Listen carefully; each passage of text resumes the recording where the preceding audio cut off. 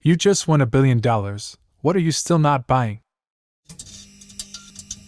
Raid Shadow Legends. It's free and I still refuse to get anywhere near that shit. It's free to go enter a casino. Because that's what these free-to-play games are. It's gambling, without the regulation, taxation, or legal barriers for entry. They make nearly 100% of their profit on gambling addicts, just like a casino, and directly target those users to keep them hooked. All while dressed up like a game, at the top of every major app store where kids will find it. It's fucking gross. $1,000 steaks covered in gold leaf. Any food involving gold leaf. It's so stupid. Well, now, hold on. If I eat enough of this gold leaf, is it possible I could literally shit gold? Or does the body digest it? Goes directly to your heart. Eventually you'll have a heart of gold. Gold is chemically inert, and therefore it passes through unchanged. That I have just won $1 billion. It would take me weeks after the money is in my account to truly accept it and start spending it. Which is smart, because if winning means it just appears in your account, and it's a banking error of some sort, that ain't gonna save you. They will come after you. For that much, with the full support of the government and the legal system, probably. It's not like finding a pile of cash in an alley. Banks aren't people, and they have way more power to fix, ignore, reverse their own errors than we do. Snapchat Plus. There's a Plus version some people willingly pay for? The added benefits? The ability to really truly stalk someone via Snapchat alone. That and wallpaper for your chats, of course. I'm buying it for the wallpaper. You can't prove I'm not. Meth. No, you can afford Coke now. Coke is God's way of telling you you're making too much money. R. Williams. Reddit Premium. NFTs. Any crypto, so I don't lose all my money. No, you're supposed to sell the NFTs, that's where the money is. Exactly. Buy it for $1 million. Then 6 months later, when you forgot how much you paid for it, sell for $50K. Easy money. A blue check mark. OP never mentioned $1 trillion. TikToker merchandise. Get a scoop of crystals and polished stones for me. Extended warranty for my car. I bought my truck used. Came with the gold whatever extended warranty. Had to fight the a-holes to honor it despite it being in the purchase conditions. Cost the previous owner $5K, me nothing. I got $5K out of it easy. Worth every penny I never spent. We bought one. Windshield busted during the extreme cold the other day. Has almost paid for itself, and we have 3 more years. Any MLM product. I'd pay $10 to MLM people to leave me alone. The expensive part would be having a lawyer drawing up a contract. But imagine being a Lularo salesperson getting a reply to a "Hey girl" DM that goes, "Please contact my attorney for a one-time offer." Heroin. If you become famous, they just give it to you. And you can afford rehab and blood boys. A mega yacht seems like all the uber rich folks feel the need to buy one. Just a big, stupidly expensive, constantly in need of work and maintenance, money pit. Status symbols are dumb. I appreciate you recognizing that maintenance and upkeep costs are the biggest cost of owning a large boat like that. As a private jet mechanic, I would say that whatever you buy the jet for, you will pay in maintenance and operating costs in the first 2 years. That said, my answer is a private jet. Call me crazy, but I kind of like being in airports. I like the hustle and bustle that most people seem to hate. So I'd be fine flying business class or something if I were rich. I have a family member who is crazy rich.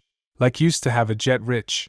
And yet they basically said with the on-demand charters now and just flying commercial first business, it's totally not worth it. Sometimes they charter if they want the dogs with them. But usually they just give a decent bonus to their mechanic to drive them between summer and winter homes. Like it doesn't actually matter to their budget, but you still don't want to pay $30K extra if you can. Yeah, I'm gonna be hella frugal and only get a super yacht. Yachts sail into international waters. That's out of police jurisdiction. I figured that's part of the appeal for shady billionaires. Expensive foods with edible gold. New husband. This is the last answer I expected. Good for you in your successful marriage. I just wonder where they bought their current model. You can pick them up pretty cheap in bars. Not saying that's how I got mine or anything. Expensive designer brand clothes. I'd pay extra for good quality, materials, and features, but never just for a label. Would hire a tailor and seamstress and have them make all my clothes. Yes, this. How fun that would be, and everything would be the perfect size, color, and fabric. Most of the most expensive designer clothes don't have big flashy labels. Heavily branded stuff is actually a relatively small segment of high-end designer fashion and tends to be heavily concentrated in urban-influenced, streetwear styles. Your $50,000 Loro Piana Storm System coat won't have any conspicuous branding. Reddit Awards. You just forced the Redditors to bury you alive in awards. It's all part of the plan, man. Another house in a HOA. Just buy all the houses in the HOA and disband the damn thing. Then resell the houses using the lack of HOA as a selling point. Genius!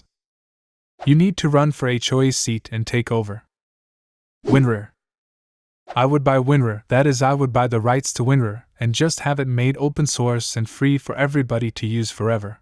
It would still have the message that you need to buy it by default for nostalgia reasons. Just like that old urban legend about the rich man's funeral, the first person who actually tries to register the now open source WinRAR becomes the sole heir to your entire fortune after you die. They gave it for free for so long, I wouldn't mind supporting them. Adobe can go fuck itself though. Adobe doesn't give a shit if you, an individual, pirate it. They will torrent it themselves actually. They want it to be pirated so that people who don't have jobs can learn and use it so that another open source or cheaper alternative can't take over and it stays industry standard. Anything from the Kardashians. One of those dumbass ape NFTs. Any NFTs. $20,000 handbags. Heck, I wouldn't even buy a $1,000 handbag. What in the world is the point? I bought a $600 briefcase about 15 years ago, so probably at least $1,000 in today money. It's a leather one from one of those brands that's all about they'll fight over it after you're dead and a 100-year warranty. It's been my EDC ever since. It's been on 3 continents and probably 30 states. Hundreds of flights, thousands of trips on public transportation, more hotel rooms and conference rooms than I could count. It has developed a little bit of a patina, but otherwise it's still exactly like the day I bought it. Which is a lot to say. A really high-quality bag might be expensive up front, but if it looks fantastic you can use it forever. I used to wear out a $150 bag every year or so. I'm not easy on them and I need something that looks professional. This thing has saved me so much money by now. There's paying a bit more for quality like this, so you get good use out of it and don't need to buy replacements all the time. In the end it might turn out to be the most cost-effective option. And then there's paying way over the odds for something just because it's a fancy brand, like a $20,000 briefcase that's just as sturdy as your $600 one. Being a billionaire, I'd like to think I'd pay for quality, but only a reasonable price, and I'm not spending a fortune on designer stuff just because I can. I have a $400 handbag, well, backpack, shaped like an insect carapace. Sometimes it's worth it. Any kind of fillers for my body, no matter what I have insecurities about in life. Yeah, fillers are kind of horrifying a lot of the time, but I'm actually super grateful it exists. I did get lip filler last winter for a chronic angular cheilitis rash because I'd tried several diets, and every topical mediation on the market, all of them burn on application 2, WO, and I was literally leaking pus from the corners of my mouth. Let's just say I was very much okay with the mask orders that were still in place. Then a telehealth doctor told me that she couldn't officially prescribe it, but if I wanted to pay out of pocket, she'd seen lip fillers clear up extremely stubborn angular cheilitis like magic. So in desperation I tried it after previously saying that I would never get lip filler. The damn rash was gone in 2 days and hasn't been back since. I haven't even had any more filler. I spent 2 winters in a row battling that excruciating and embarrassing rash and applying burning ointment every 20 minutes, and all I fucking needed was a single vial of filler? So yeah, I'm still kind of mad nobody told me that sooner because I thought I'd be dependent on that horrible medication every winter for the rest of my life. I never thought I'd say this, but I don't entirely hate filler. I hope I never need it again. But it did end my agony and I definitely don't regret it. I hope it gets approved for medical use soon because holy hell, that could have saved me so much suffering. That rash was so painful. The farm. Gosh, that's exactly what I would be buying. Still not buying an oversized house. Right. Like I'm about to search 13 bathrooms, 23 bedrooms, 12 kitchens, 2 ballrooms, and the only for cat to bring to bed for some snuggles. I'm not donating $2 when grocery store asks me if I want to contribute. I will donate my own money on my own terms. Retailers can fuck off. Do you want to donate to feed needy families this year? What charity is this? Does the money 100% go to the families? Who knows? Nestle products. I would hire someone to check my groceries for Nestle-owned brands before I pay. Diamonds. They are all blood diamonds, no matter what the De Beers cartel wants you to think. Unless they're lab-grown, then sure. Plus lab-grown ones are typically better quality anyways. Live, laugh, love, sighing. Not buying a luxury car. I might buy a few model year newer version of my current car, but not buying a Tesla, Rolls-Royce, or anything like that. A Tesla is not a luxury car. Sincerely, a Tesla owner. We are clearly inhabiting two very different socioeconomic levels. What wouldn't you buy even with $1 billion? Leave a comment and subscribe to the channel if you want to see more videos like this one.